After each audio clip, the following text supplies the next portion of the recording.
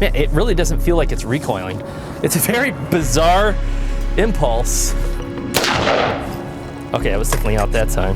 How many parts are you away from complete? If you're anything like me and you're slowly accumulating miscellaneous gun parts from various failed or cannibalistic projects, then I'm here to make a case. Build what you got. Now don't get me wrong, having spare parts is never a bad idea, but when you're a few odds and ends away from a complete gun, even if they're a bit mismatched, why not? Regardless of your level of distrust for the government, I think we can all agree that a piece is better than pieces. And that's why I built the Mutt. I could have spent more time sourcing parts, making it more specific, more purpose-built. But I'm the king of unfinished projects, so when Armaspec reached out to me and offered open access to their catalog, I immediately began seeing the forest through the trees. So let's start with some stuff that I had laying around. Up first is a Bear Creek Arsenal GPX piston upper in 223. You don't usually associate piston with budget, but that's what it is. And it's a side charger. Love them or hate them. I have about 500 rounds through it, and I did not have the best impression, so it moved to my back burner. But now that I've kind of tinkered with it, I think it has potential. For the lower, I have a Black Friday stripped and blemished Aero Precision M4E1 that was super cheap. You can't go wrong with these, but I didn't have a purpose for it, so it's just been naked and afraid. And then for a trigger group, I have a Timney that I got in a goodie box. I've heard great things about them, and then this build is gonna look like a hot mess anyway, so why not throw a big ass prism on it? So if you saw my video about the Saber, you know it's not perfect, but it's kooky, it's cool, it's functional, and I love how it looks. And then Streamlight was also generous enough to provide a ProTac 2.0 weapon light. This is a 2000 lumen light, and I'm pretty excited to see how this thing performs. And then there's the Armaspec parts that will tie it all together. So first we have a lower parts kit, which is great for a stripped lower. So this should give you everything except the grip, including an ambidextrous safety and just some nice looking parts. I'm interested to see how this all goes together. And we have a stealth recoil spring. These are usually pretty expensive, but this one's very reasonable. The benefit of these is that you don't have the spring rubbing against the wall of your buffer tube, creating a lot of noise. And so this is a self-contained unit, it has the buffer weight in there. This is the equivalent of like an H1, 3.8 ounce. I did that because it's a piston upper, but it's also supposed to negate some of the recoil. So I'm looking forward to that. And again, I thought it was pretty reasonable.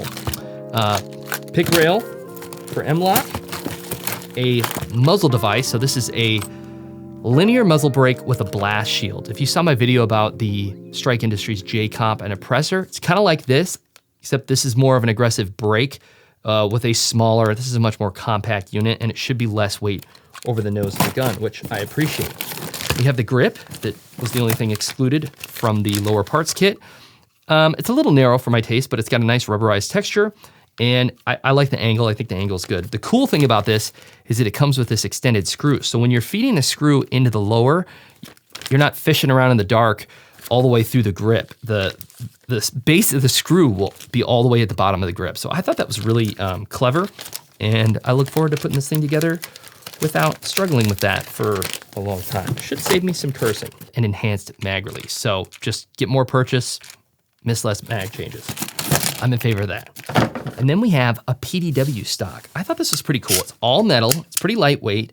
It's got a retention screw that you feed into the spot where you want it on the buffer tube. And then there's a little adjustment button there. It's all metal, feels very well made. It's very solid, and it doesn't feel like it has a lot of play in it, if any. And these will usually go for, I don't know, like $300-400 bucks. This one is very reasonable. I think it's like $180. So if you have a use for something like this, they're pretty rad. It's also got a QD on the bottom, which I think is pretty handy. We'll be finishing it off with a lovely flat moss green, which is very rich, very earthy, very dense, with a satin highlight of jade. Very, very modern, very chic, very, gotta ask the boss before you go to Walmart with the bros for garden hoses. Speaking of asking the boss, did you know it's your right to build guns? The Constitution preserves it, and any law that goes against it is unconstitutional. Now I'm gonna put that together off screen, not because of YouTube guidelines, but because it's gonna look embarrassing, YouTube guidelines. How much you wanna bet they're working with the feds right now? It happened on Twitter.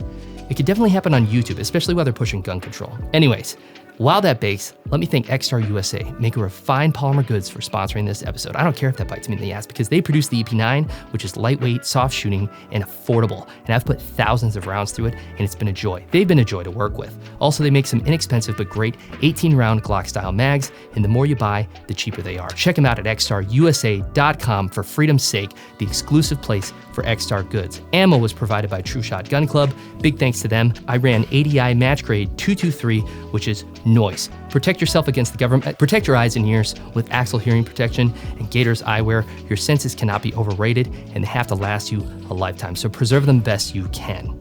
Oh, it's done.